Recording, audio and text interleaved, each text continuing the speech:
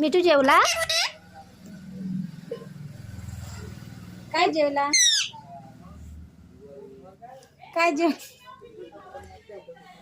मिठू जेवण केलं का?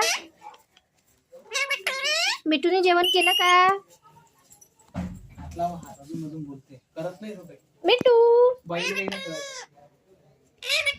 तसं तरी टाक ना लावायचं कारण